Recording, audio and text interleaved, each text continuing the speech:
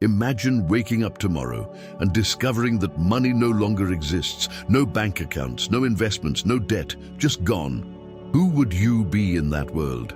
Here at Stoic Lighthouse, we don't chase quick fixes or empty promises. We seek clarity, direction, and inner calm in a chaotic world. We've been trained to measure our worth in numbers, net worth, salary, market value. But what if we've been using the wrong scale all along? What if the most important form of wealth has nothing to do with currency? The Stoics offered a radical answer, one that challenges modern ambition at its core, one that forces a harder question than how much do you have? It asks, who are you without it? Today, we dismantle the illusion that your value lives in your bank account, and we uncover the kind of wealth no crisis, no inflation, no collapse can ever take from you.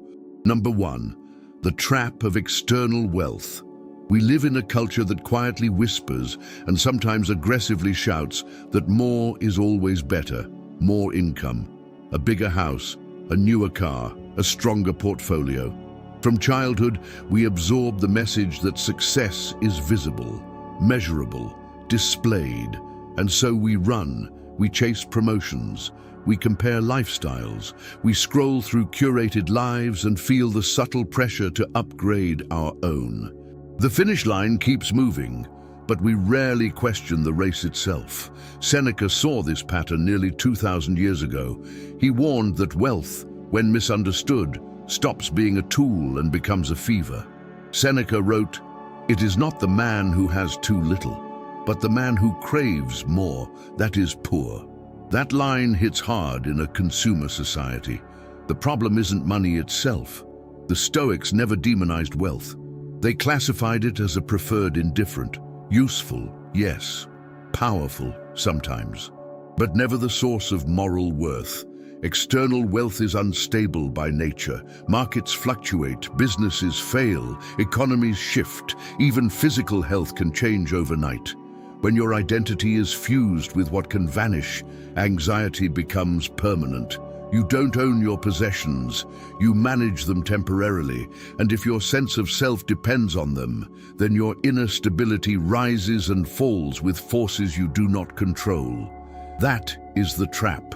The deeper danger is distraction. While you obsess over accumulating more, you may neglect the one domain entirely within your reach, your character. Money cannot make you wise. It cannot make you just. It cannot make you courageous or disciplined. Chrysippus argued that virtue is the only true good. Everything else is secondary, that hierarchy is uncomfortable in a world obsessed with valuation metrics. But ask yourself honestly, if your portfolio doubled tomorrow, would your character automatically improve? If it vanished, would your integrity disappear with it? The Stoics invert the modern equation. Instead of asking, how much do I have? They ask, who am I becoming? And that shift changes everything, because when wealth becomes your identity, you are fragile, but when character becomes your wealth, you are unshakable. Number 2, the dichotomy of control, the only real financial freedom. There is a principle in Stoicism so practical, so psychologically stabilizing, that it can completely transform how you relate to money. It is called the dichotomy of control. Epictetus made it unmistakably clear. Epictetus taught, some things are up to us and some things are not. Simple, almost obvious, but almost no one actually lives this way. Consider your financial life. What is outside your control? The global economy, inflation, interest rates, political instability, market crashes, other people's decisions. Yet how much mental energy do we waste obsessing over these variables? Worrying about what you cannot control feels productive. It gives the illusion of engagement. But in reality, it drains focus from the only domain that matters. Now look at what is within your control, your spending habits, your saving discipline, your investment research, your emotional reactions, your patience, your integrity. This is where freedom lives. Warren Buffett is often cited as a financial genius, but what truly sets him apart is emotional discipline. He ignores market hysteria. He refuses to react impulsively. He focuses on fundamentals and time. Warren Buffett reminds us, the stock market is a device for transferring money from the impatient to the patient. Patience is not luck, it is self-mastery. When you internalize the dichotomy of control, something shifts. You stop trying to dominate outcomes. You start mastering responses. And that is real power. The Stoics had a phrase for radical acceptance of events beyond control. Amor fati, the love of fate, not passive resignation, active cooperation with reality. If you lose money, that event now belongs to the past. What remains under your control is your interpretation. Do you collapse into panic, or do you respond with analysis, learning, and composure? Financial freedom is often defined as having enough money to never worry again. The Stoics would disagree. True financial freedom is emotional independence from volatility. It is the calm awareness that you have acted with wisdom in what was yours to control and released what was not. And here is where many people experience a turning point. They realize that peace was never hidden inside the numbers. It was hidden inside perspective. If this way of seeing life is resonating with you, it's because you're not just looking for external answers. You're trying to live with more awareness. This channel exists for exactly that reason. Number 3, the 4 pillars of unshakable wealth. If money is unstable and control is limited, then where does real wealth live? The Stoics were precise about this. Wealth is not eliminated, it is redefined. It rests on 4 internal pillars. And unlike markets, these do not crash. The first pillar is virtue and character. For the Stoics, virtue was the highest good, not reputation, not comfort, not status, wisdom, justice, courage, temperance. Marcus Aurelios reflected, "You have power over your mind, not outside events. Realize this, and you will find strength." Character is your only permanent asset. You can lose a fortune overnight. You cannot lose integrity unless you choose to.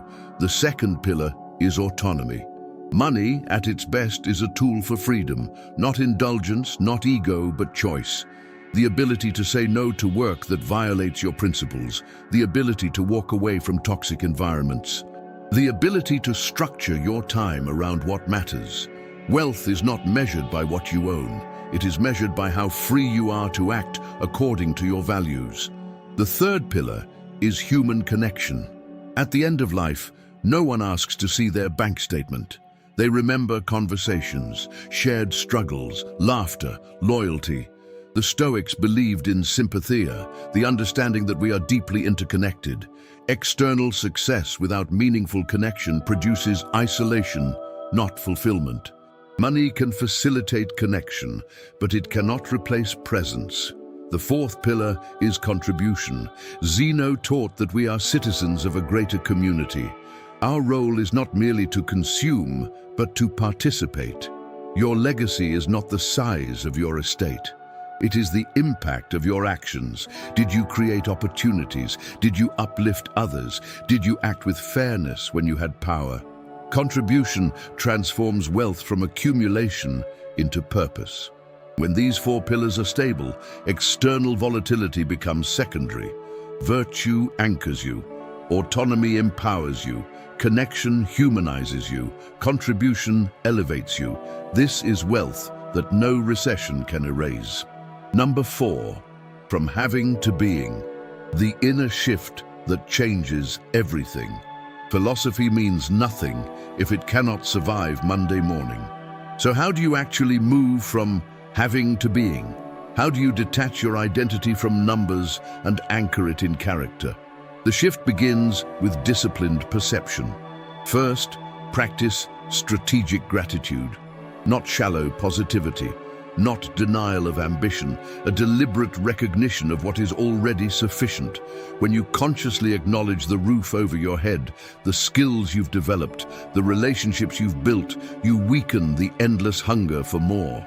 You interrupt the illusion that fulfillment lives one purchase away. Seneca advised mental preparation for loss long before loss arrives. Seneca wrote, "He robs present ills of their power who has perceived their coming beforehand." This is the practice of negative visualization, premeditatio malorum. Imagine losing your job. Imagine a financial downturn. Imagine a drastic lifestyle shift, not to induce fear, but to reduce shock. When you rehearse adversity mentally, you reduce its emotional control over you. You realize that even stripped of comfort, you remain capable of reason, resilience, and dignity. Second, shift from consumer to creator. Modern culture trains you to ask, "What can I buy next?" Stoic practice asks, "What can I build next?" Skills compound, character compounds, discipline compounds. Every new competence you develop becomes internal equity. No market correction can devalue it. Third, practice delayed gratification. Each time you resist an impulse purchase, you reinforce sovereignty over yourself. You send a quiet but powerful message to your future.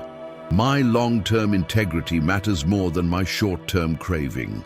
That is wealth. And slowly, something remarkable happens. Money stops being your identity. It becomes a tool. Possessions stop defining you. Choices define you. Circumstances fluctuate. Your center remains steady. The deepest transformation is this. You stop asking, "How much do I have?" and start asking, "Who am I becoming through this?" Because in the end, being precedes having. And if being is strong enough, having becomes optional. We began with a simple but unsettling question. If money disappeared tomorrow, who would you be? Strip away the salary, remove the investments, erase the status symbols. What remains? The Stoics answer without hesitation. Your character remains, your judgment remains. Your capacity for courage, restraint, justice, and wisdom remains. Everything else was temporary custody. Marcus Aurelios reminded himself daily that external things are borrowed.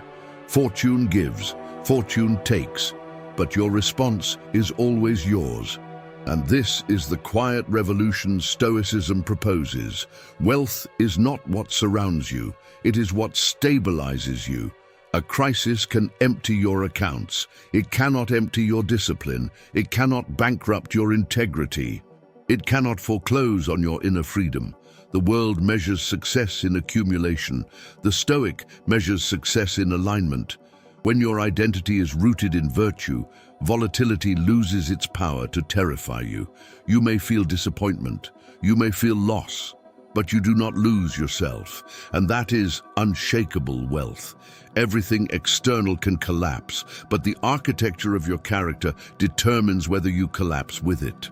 If this reflection stayed with you, consider subscribing and continuing this journey with our community. Let Stoic Lighthouse guide you toward calm, clarity, and wisdom. In the next video, we will place a tormented genius under philosophical examination and ask a difficult question. Is brilliance enough to redeem a life without inner mastery? Until the next video.